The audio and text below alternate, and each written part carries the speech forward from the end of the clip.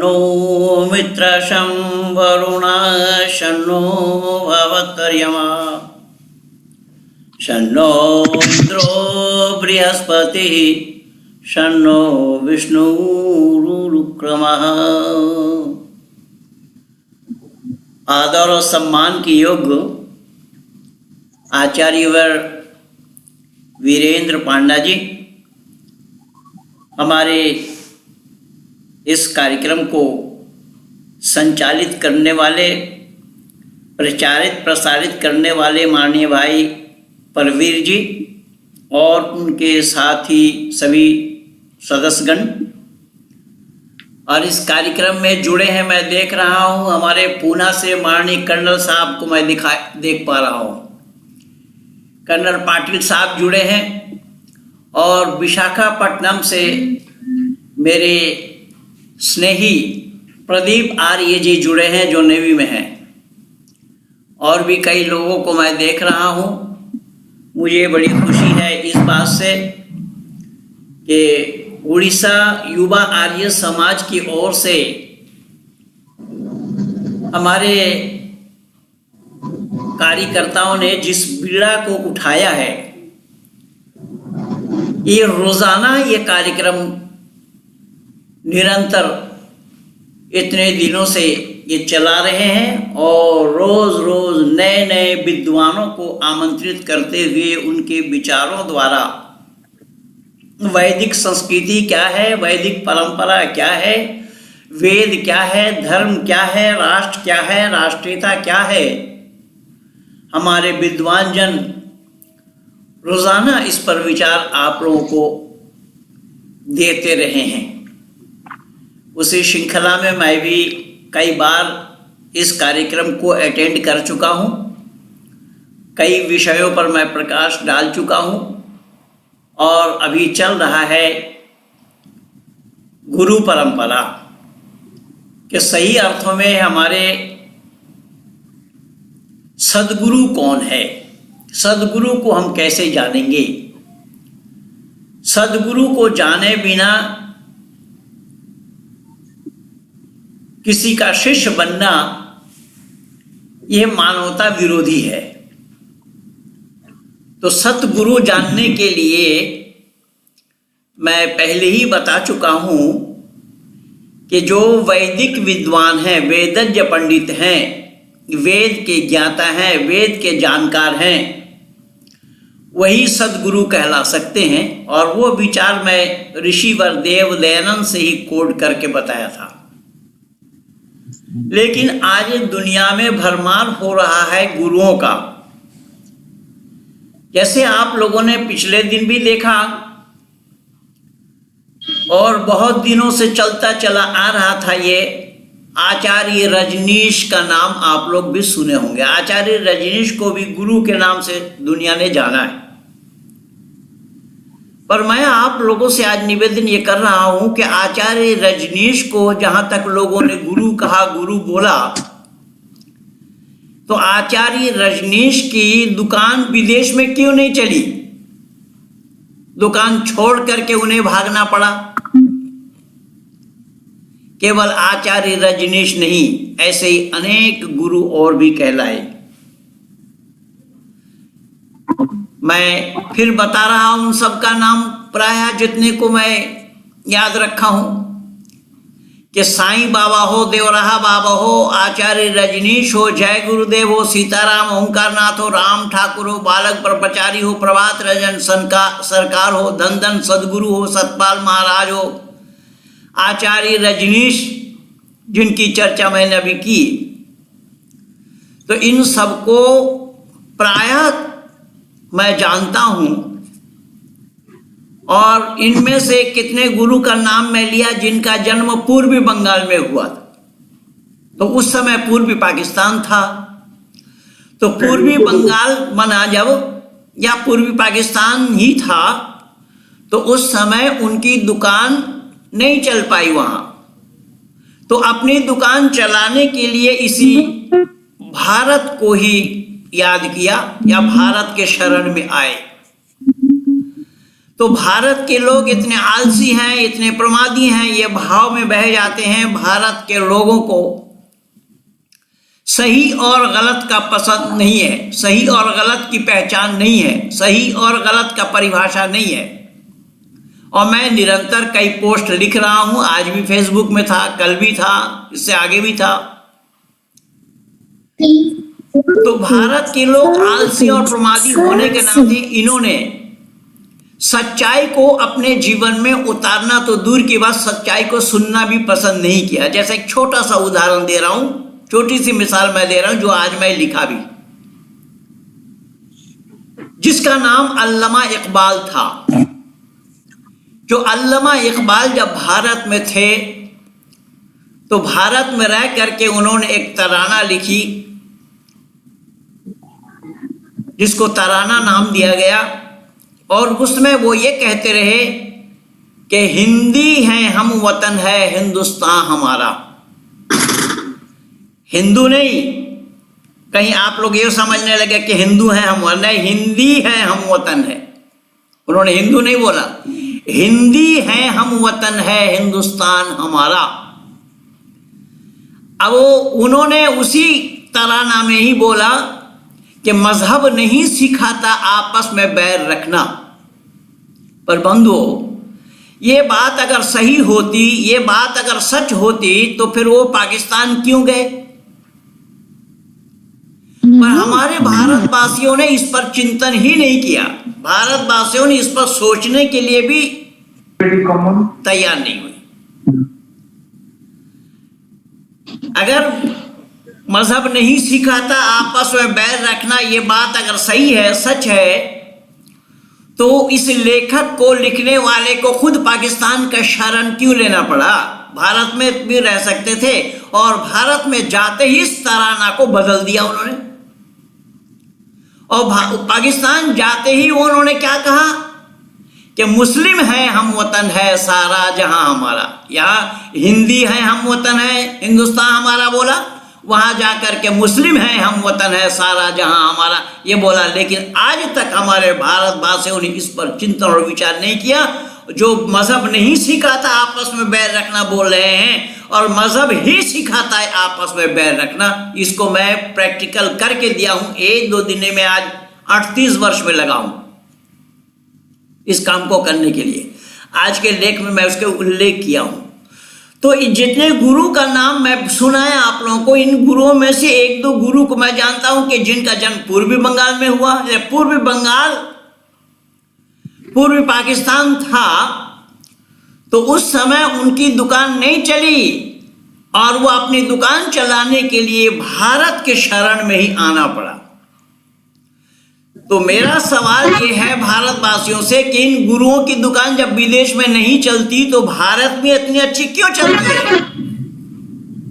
एक अहम सवाल मैं आज उठा रहा हूं कि इन गुरुओं की दुकान जब विदेश में नहीं चलती तो भारत में इतनी अच्छी क्यों चलती है? जैसा मैं बोला ना कि ये रजनीश भी विदेश से अपनी दुकान को छोड़कर भाग आए थे और भारत में आकर के पूना में, जहां से हमारे माननीय पाटिल साहब जुड़े हैं, कर्नल साहब,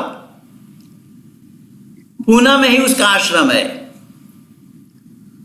तो विदेश में जब इन लोगों की दुकान नहीं चलती तो भारत में इतनी अच्छी क्यों चलती है? इसका क्या कारण है? इसका कारण जो मैं ढूंढा, जो मुझे मिला, वो मैं बता रहा हूं। इसका कारण यह है कि भारत के लोग आलसी हैं, प्रमादी हैं, ये भाव में बह जाते हैं, ये परिश्रम करना नहीं चाहते, मुफ्त खोरी हैं, मुफ्त खोर हैं, मुफ्त खोरी में विश्वास रखते हैं और आलस और प्रमाद को इन्होंने अपने से अलग नहीं किया।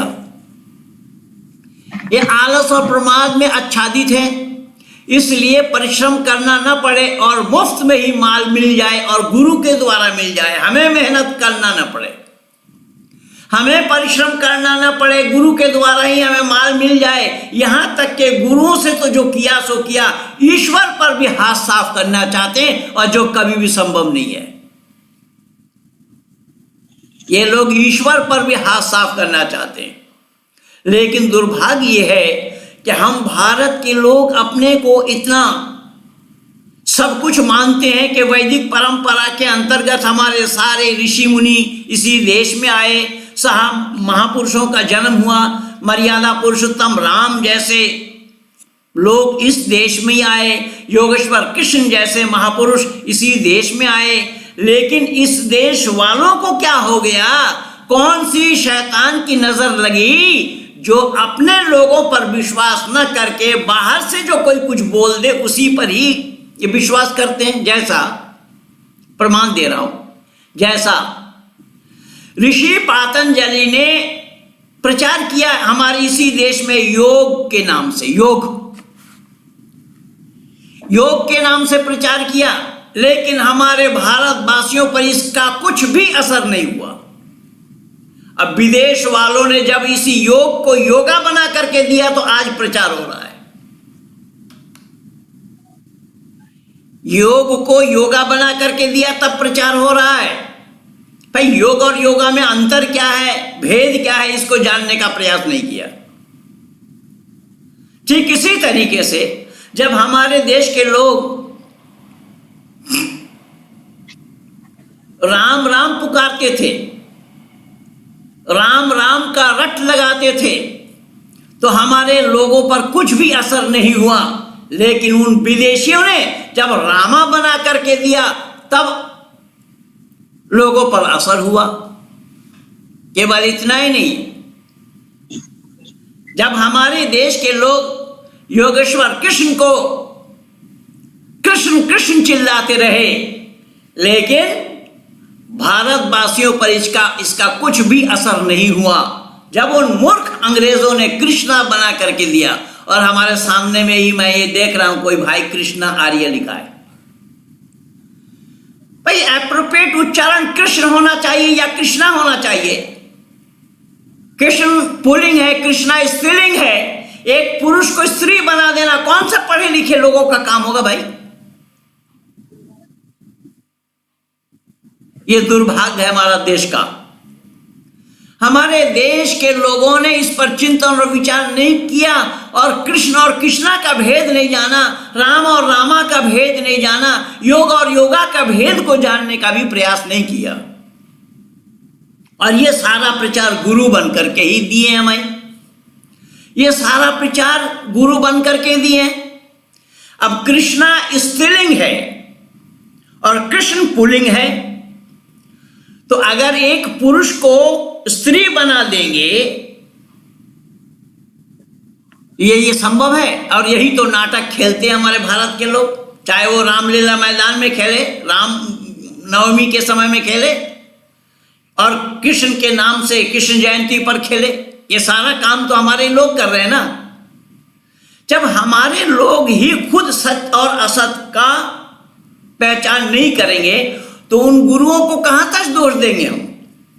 हमारे लोगों को पहले ठीक करना पड़ेगा। हमारे लोग पहले ही सही और सच्चा पाठ को याद करना पड़ेगा। जब तक सही और सच्चा पाठ को याद नहीं करेंगे तो जीवन का सफल बनाया जाना संभव नहीं होगा। इसलिए मैं निवेदन कर रहा हूं कि जो गुरु पूर्वी बंगाल में जन्म हुए तो वो भारत में आए, और भारत में आकर के ये नारा लगाने लगे, जय अल्लाह वही राम, राम नारायण और राम। अब इनका नाम था जय गुरुदेव, इनका नहीं, जय गुरुदेव ने, इनका नाम था बालक ब्रह्मचारी। हमारे यहां पर कहीं ब्रह्मचारी बालक है तो कहीं वृद्ध है, कहीं ठाकुर अनुकूल है तो प्रतिकूल है। हमने जानने का प्रयास नहीं किया कि कौन सा अनुकूल है, कौन सा प्रतिकूल है, कौन सा ब्रह्मचारी बालक है, कौन सा ब्रह्मचारी वृद्ध है, हमने जाना नहीं। और वो यहां नारा लगाने लगे भारत में आकर के, जो अल्लाह वही राम, राम नारायण राम। अरे जो अल्लाह वो राम क्यों और कैसा होना संभव होगा? अगर ये नारा सही है, ठीक है, तो फिर मुसलमानों से क्यों नहीं बुलवा पाए भाई? आज तक किसी मुसलमान ने इस नारा को लगाया, कोई ईसाई ने इस नारा को लगाया, लेकिन ये हिंदू इतने आलसी हैं, प्रमादी हैं, ये अपने को तो जानता ही नहीं है, दूसरे को पहचानने का हिम्मत ही नहीं है, दूसरे को पहचानने की हिम्मत ही नहीं है इनमें कि वो क्या बोल रहे हैं। अगर हम ये जान गए होते कि हमारे लोगों ने जो तो किया, लेकिन बाहर वाले दूसरे लोग हमारे प्रति क्या ख्याल रखते हैं, हमें उसको भी जानना चाहिए। जैसा आदमी जहां रहता है अपना अड़ोस पड़ोस के लोगों को भी जानता है, पहचानने का प्रयास करता है कि नहीं ये कैसे विचार के लोग हैं, लेकिन हमारे देशवासियों को वो चिंता नहीं है। इसलिए मैंने निवेदन किया कि जब रजनीश की दुकान विदेश में नहीं चली, वो दुकान छोड़ करके भाग आए और भाग करके पूना में आश्रम खोल करके उन्होंने प्रचार किया और प्रचार क्या लोगों में, संभोग से समाधि। फेल हो गया, ये मंत्र उसका फेल हो गया। अब संभोग से समाधि ये कैसा संभव होगा? पर दुनिया वालों ने सही अर्थों में जाना इसको, इसलिए वहां दुकान इनकी चल नहीं पाई। भारत में धड़ल्ले से चल रही है। आज भी बहुत सारे रजनीश के चेले हैं, आज से बहुत सारे रजनीश के फॉलोअर्स हैं। इसको जानने का प्रयास नहीं किया। मैं गया हूं पूना में, उनके आश्रम में भी देखा, वहां पर निर्वस्त्र लोग रहते हैं। तो कहने का तात्पर्य मेरा यह है, ये सब गुरु बन करके ही दुनिया वालों को ठगने का प्रयास किया है, और उनके चंगुल में जो फंसते हैं उन्हें भी सही और गलत का ज्ञान नहीं है। वो जानने का प्रयास ही नहीं करते कि सही क्या और गलत क्या है। अगर सही और गलत की पहचान करते होते, सही और गलत को जानने का प्रयास करते होते, तो मैं दावा के साथ कह रहा हूं आज भारत का नक्शा ही कुछ और होता, लेकिन हमने जाना नहीं। इसी तरीके से जो राम नारायण नाम उसका नाम था, और उसने अपने नाम के साथ जोड़ दिया जो अल्लाह है वही राम है। अब ये क्यों संभव नहीं हुआ, जरा देखिएगा, जरा विचार करके, कि कुछ लोगों का ख्याल ये है कि ईश्वर अल्लाह तेरो नाम, ईश्वर और अल्लाह दोनों एक है बताते हैं, और जो अल्लाह है वही राम है ये बताते हैं। आइए जरा हम विचार करते हैं, हम पड़ताल करके देखते हैं कि यह सच है या गलत, सही है या झूठ। जरा विचार करें कि जो राम है वही अल्लाह है। तो राम तो राजा दशरथ के घर में संतान के रूप में आए। राजा दशरथ के घर में मर्यादा पुरुषोत्तम राम अपने माता पिता के घर में जन्म लिया, और अल्लाह अजन्मा है। अब इन अकल के दुश्मनों को इस पर सोचने और विचार करने की भी सलाहियत नहीं है। वो सोचने और विचार करने के लिए भी तैयार नहीं है कि वो बोल क्या रहे हैं। जो बोल रहे हैं कम से कम समझदारी के साथ बोलना चाहिए ना। भाई अल्लाह कोई है, राम कोई है, राम का जन्म हो रहा है, राम जन्म ले रहे हैं, और अल्लाह का जन्म नहीं होता, अल्लाह अजन्मा है। तो ऐसे अजन्मा को जन्म लेने वाले के साथ कैसे जोड़ेंगे? आज तक ये हिंदू नहीं जाना, किंतु जो अल्लाह है वही राम है, ये केवल हिंदू कहलाने वाले ही कहते हैं। आज तक किसी मुसलमानों ने इस बात को नहीं कहा। मुसलमानों को पता है, मुसलमानों को पता है कि अल्लाह राम नहीं है या राम अल्लाह नहीं है, और अल्लाह अगर है तो वो हम लोगों के लिए है, राम वालों के लिए नहीं है, ये भी जानते हो। लेकिन हमारे वाले ये जानने का प्रयास ही नहीं किया कि अल्लाह भी हमारे हैं क्या। और मैं दावा के साथ कह रहा हूं, अल्लाह ने साफ मना किया। अल्लाह ने कहा कि नहीं, ला यत्तखिज़िल मोमिनून अल काफिरीन औलिया मिन दूनिल मोमिनीन वमन यफ़अल ज़ालिका फ़लैसा मिनल्लाहि फ़ी शय्इन इल्ला अन तत्तक़ू मिन्हु तुक़ा वयुहज़्ज़िरुकुमुल्लाहु नफ़्सहु व इलल्लाहिल मसीर। एक जगह नहीं, कई जगह इसकी चर्चा आई है कुरान में। ये मैं आप लोगों को सुनाया पारा नंबर 3 सूरह अल इमरान आयत नंबर 28। जिनके पास कुरान है वो मिला करके देख लेना, कहीं गलतफहमी के शिकार बन जाए आप कि महेंद्र पाल जी झूठ बोलते हैं। सूरह अल इमरान आयत नंबर 28, यही आयत सूरह अन-निसा आयत नंबर 144, यही आयत सूरह मायदा आयत नंबर 57, और यही आयत सूरह मुजादला के अंदर में आया है। इसका शाब्दिक अर्थ क्या है, लफ्जी माने क्या है, सुन लीजिएगा बंधुओं। अल्लाह ने कहा कि मुसलमानों को छोड़कर काफिरों को दोस्त ना बनाओ। किसको? काफिरों को, गैर मुस्लिमों को दोस्त ना बनाओ दिल से और जुबान से। अगर तुम दोस्ती रखते इन काफिरों से तो मैं अल्लाह ताला तुमसे दोस्ती नहीं रखता।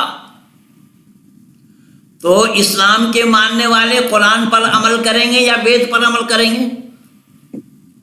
लेकिन वेद में ये बातें नहीं है, इसलिए तो मैं बोला कि वेद के ज्ञाता, वेद के जानकार ही गुरु कहला सकते हैं, क्योंकि गुरु के पास कोई भेदभाव नहीं होता और परमात्मा के पास भेदभाव नहीं है। परमात्मा का उपदेश है मित्र सचक्षुषा सर्वाणि भूतानि समीक्षामहे।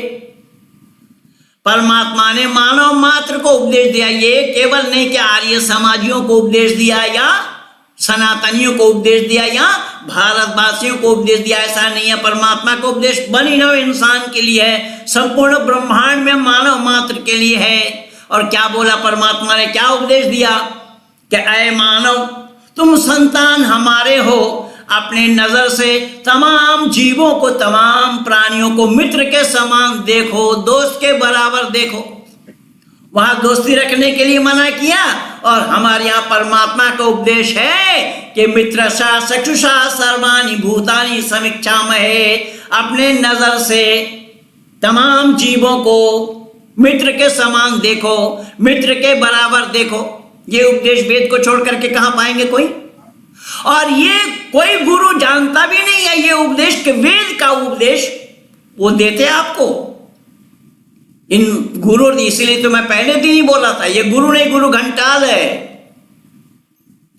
और इन्हीं गुरु घंटालों के चक्कर में आकर के हमारे देश के लोग, विशेष करके भारतवासी, उनके चंगुल में फंस करके अपने जीवन को व्यर्थ गंवा रहे हैं। इनको सही पसंद नहीं है, सच पसंद नहीं है।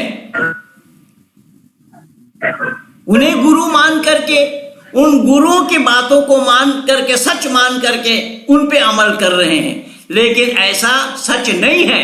सच तो यह है जो परमात्मा का उपदेश है, क्योंकि पूर्व शाम अपने गुरु परमात्मा के लिए कहा गया है। और वेद में भी आया, सनो मंदुर जनिता सविधाता धामानि वेद भुवनानि विश्वा यत्र देवामृतमान शान स्थिति धामन धैर्य। ऐ लोगो, वो परमात्मा, शब्द पर ध्यान देना। ऐ लोगो, वो परमात्मा सब लोगों के भ्राता के समान, सब लोगों के, माने आर्य समाजियों के नहीं, युवा आर्य समाज का नहीं, और हम जैसे वृद्ध आर्य समाज के लिए नहीं। ऐ लोगों, वह परमात्मा सब लोगों के भ्राता के समान, सुखदायक, सब लोगों का नाम, स्थान और जन्मों को भी जानता है, क्योंकि वो सबका गुरु है। गुरु तो परमात्मा है। परमात्मा को छोड़ करके और ब्रह्मांड में कोई गुरु नहीं है। लेकिन आज तो ये हमारे लोग जो कुछ कह दे वो कान में कहेंगे, जोर से भी बोले ही बोलेंगे, उनके कान में कह देंगे, किसी और को कहना मत। भाई अगर आपने किसी के कान में कुछ कहा, अगर वो दवा है, वो उनके जीवन को सफल बनाने वाली दवा है, तो उसके सामने में जो बीमारी उसकी लगी थी, वही बीमार आदमी अगर उसके सामने आए तो वो दवा क्यों नहीं दे सकते? क्या गुरु नहीं चाहते औरों का जीवन भला हो, औरों का भी भला हो, औरों का जीवन अच्छा हो, औरों का जीवन भी कल्याणमय हो? ये नहीं चाहते। गुरु ने मना किया, गुरु ने कहा ऐसा नहीं होगा। ना पत्नी पति को बोल सके और ना पति पत्नी को कह सके। इसीलिए मैं निवेदन कर रहा हूं, इन गुरुओं को हमने जानने का प्रयास नहीं किया कि जो हमारे जीवन को सफल से सफलतम की ओर ले जाने के बजाय हमें अंधकार में ढकेल रहे हैं। तो पिछली बार मैंने चर्चा किया था कि आज भारतवर्ष में सदगुरु कहा जा रहा है कबीरदास को, संत कबीरदास को। और कबीरदास ने क्या बोला? कबीरदास ने बोला कि कबीरा मन निर्मल भयो जिस गंगा की नीर, पीछे पीछे हरि फिरे कहत कबीर कबीर। हरि यहां परमात्मा को कहा गया है। अब हरि पीछे फिरेंगे किनके? कबीर के।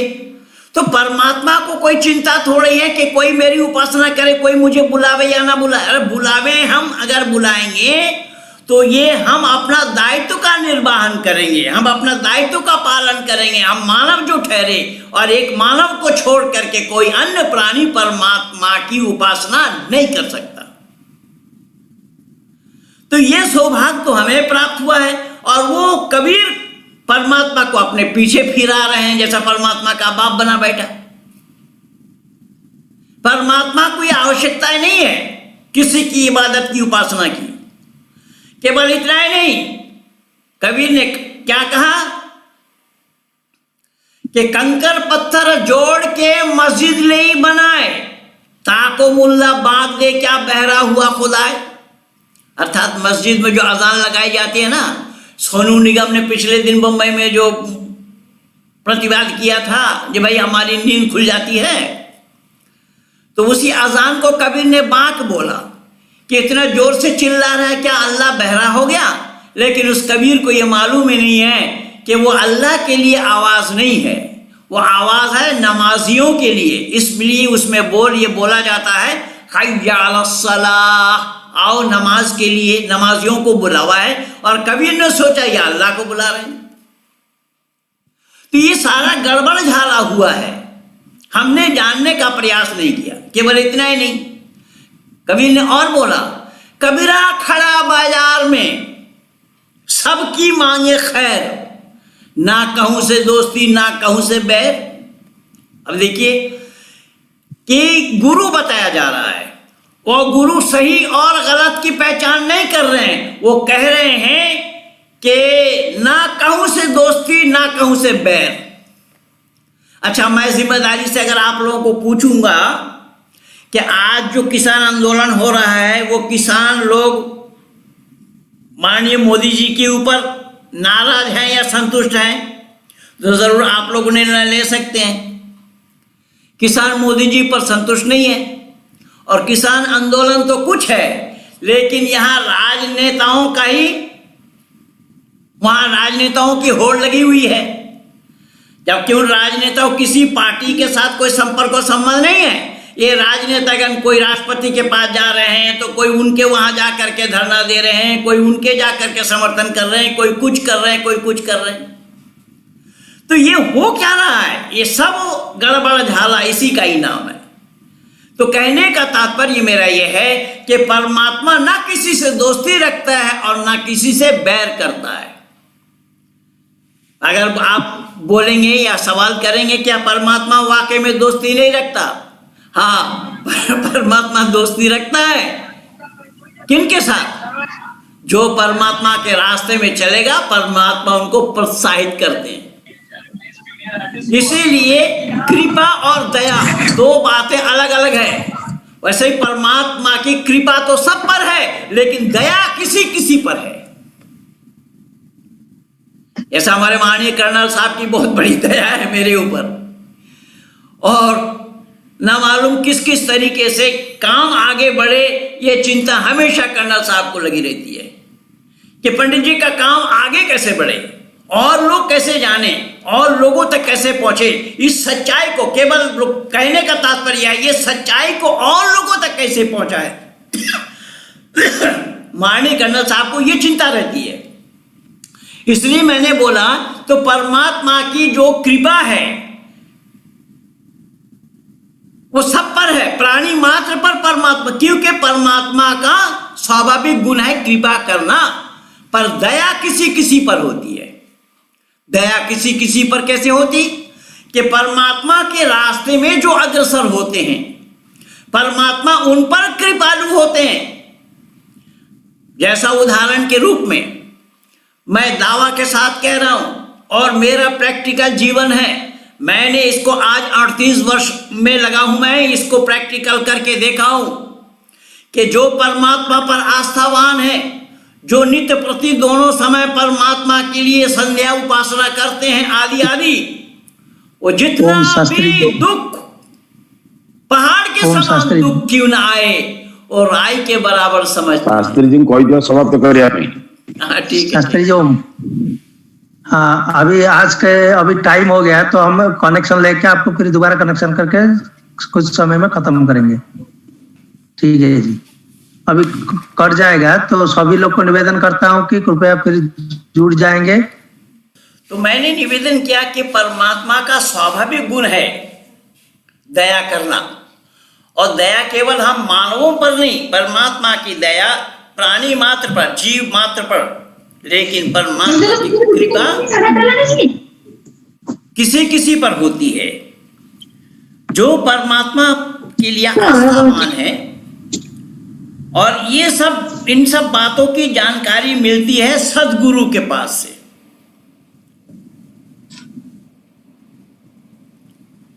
अगर सिखाने वाले सदगुरु ना हो, वैदिक विद्वान न हो, वेदज्ञ विद्वान न हो, वैदिक पंडित न हो, तो ये ज्ञान मिलना संभव नहीं होगा।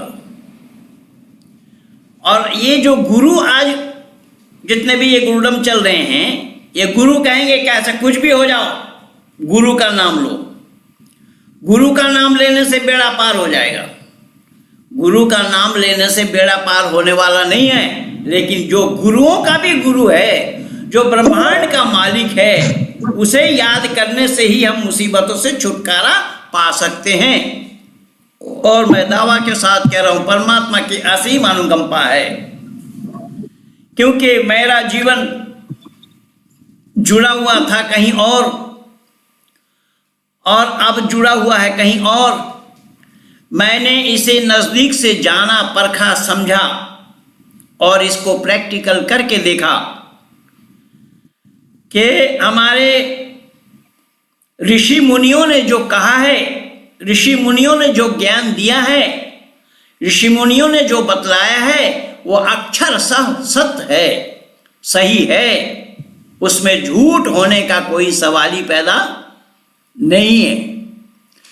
पर उस सच्चाई को जानने के लिए हमें आना पड़ेगा उसी वैदिक विद्वानों के पास, वेद के जानकारों के पास। अगर वेद के जानकार नहीं होंगे तो आपको सही और सच्चा रास्ता नहीं बता पाएंगे।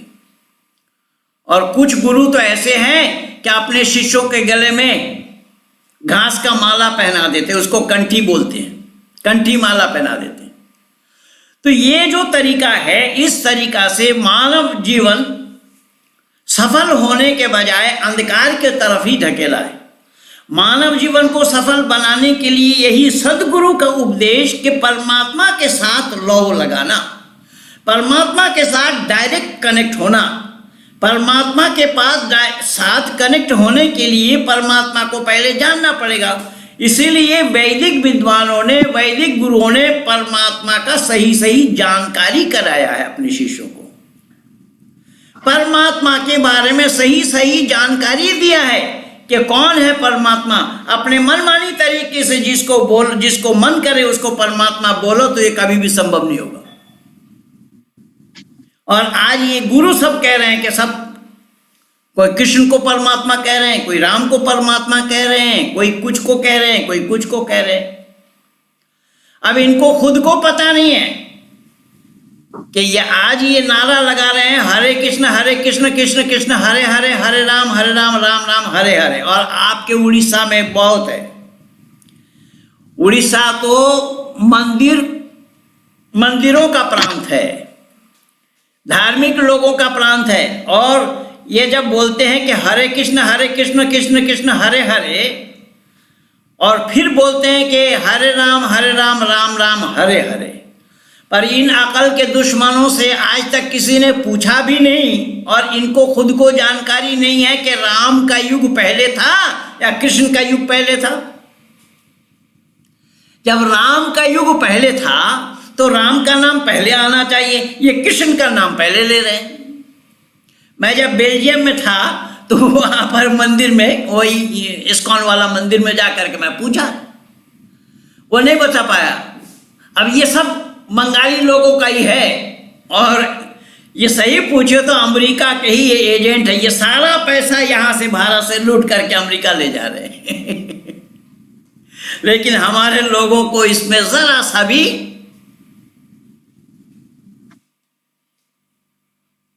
चिंतन नहीं, मनन नहीं, जानने का प्रयास नहीं कर रहे हैं। यही है सद्गुरु।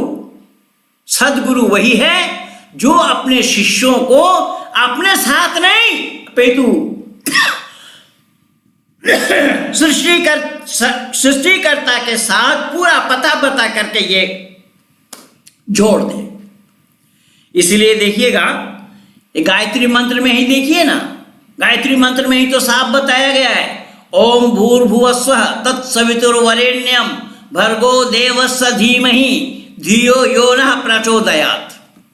और ये जितने गुरुओं का नाम मैं लिया, ये मंत्र कोई नहीं गुरु बोलता है और ना इनको पता है, ना इन लोगों को पता है। मैं दावा के साथ कह रहा हूं, इन लोगों की मंत्र के बारे में जानकारी नहीं है।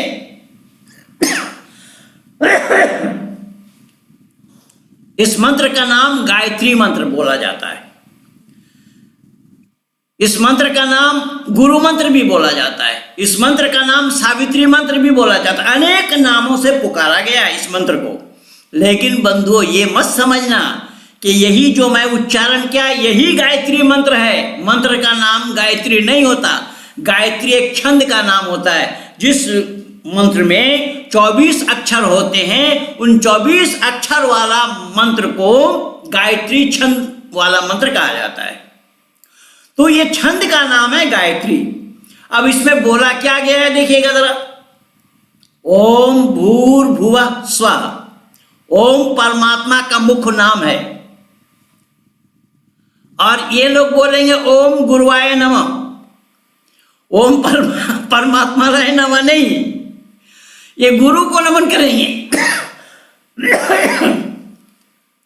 गुरु को नमन करेंगे, पर नमन तो परमात्मा को करना चाहिए। क्यों करना चाहिए? लेकिन इसी मंत्र में ही बोला गया। ओम परमात्मा का मुख्य नाम है, निज नाम है। जैसे हमारे और आपके भी अनेक नाम हैं।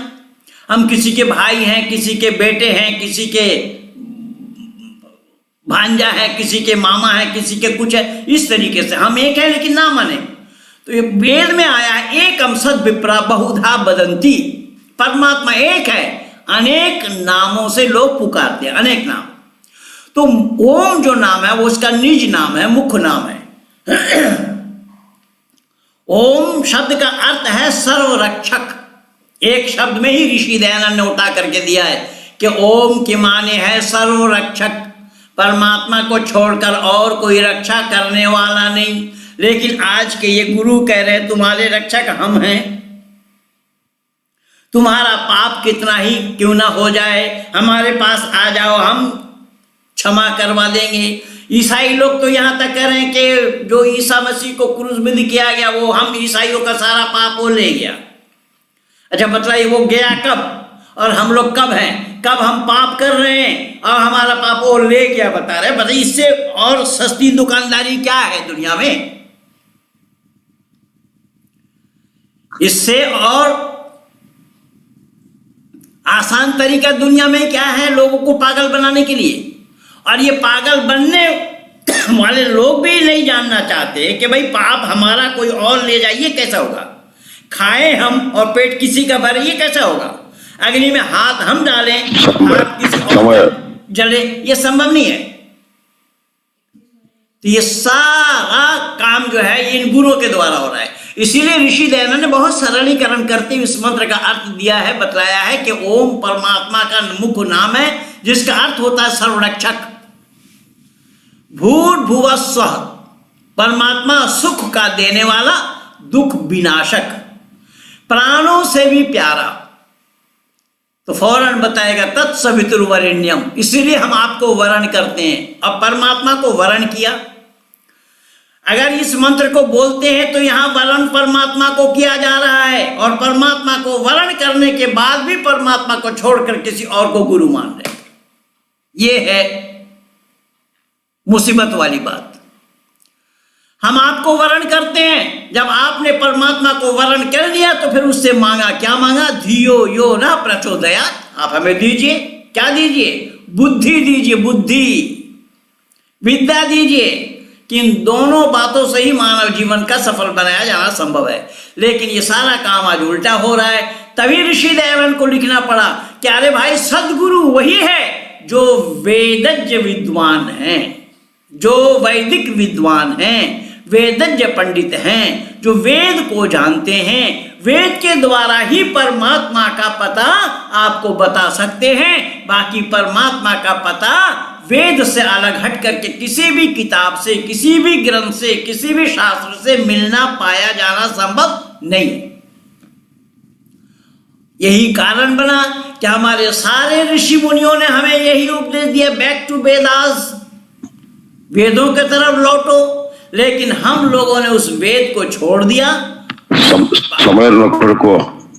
पाखंड को ही हमने अपनाया है। इसलिए हमें और आपको इस पाखंड से हटना पड़ेगा, पाखंड से अलग होना पड़ेगा, पाखंड को दूर करना पड़ेगा।